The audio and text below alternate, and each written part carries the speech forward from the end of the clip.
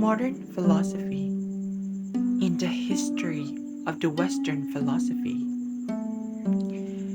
The philosophical speculation is occurred primarily from the Western Europe to North America from the 17th century to the 19th century. The modern period is marked by the emergence of the broad schools of empiricism and rationalism, and the epochal transformation of the Western metaphysics, epistemology, and ethics by the German Enlightenment philosopher Immanuel Kant, the great figure of the modern period. Enlightenment, a European intellectual movement of the 17th and 18th centuries in which ideas concerning God, reason, nature, and humanity were synthesized into a worldview that gained wide assent in the West and that instigated revolutionary developments in art, philosophy, and politics.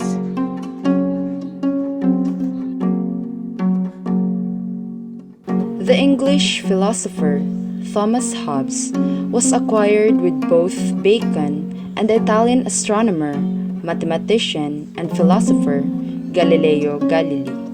With the first, Hobbes shared a strong concern for philosophical method, with the second an overwhelming interest in matter in motion. His philosophical efforts, however, were more inclusive and more complete than those of his contemporaries. He was a comprehensive thinker within the scope of an exceedingly narrow set of presuppositions, and he produced one of the most systematic philosophies of the early modern period, an almost completely consistent description of humankind, civil society, and nature according to the tenets of mechanistic materialism. Hobbes' philosophy was a bold restatement of Greek atomistic materialism, with application to the early realities of early modern politics that would have seemed strange to its ancient authors. But there are also elements in it that makes it characteristically English.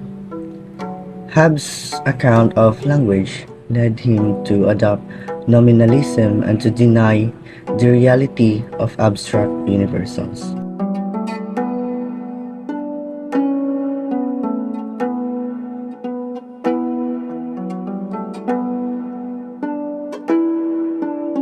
The dominant philosophy of the last half of the 17th century was that of René Descartes from 1596 to 1650.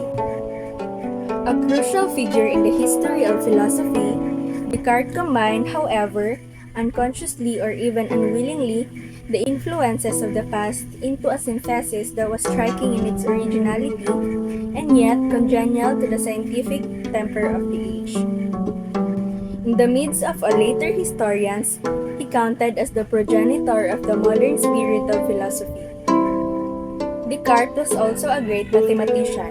He invented analytical theory and the author of many important physical and anatomical experiments.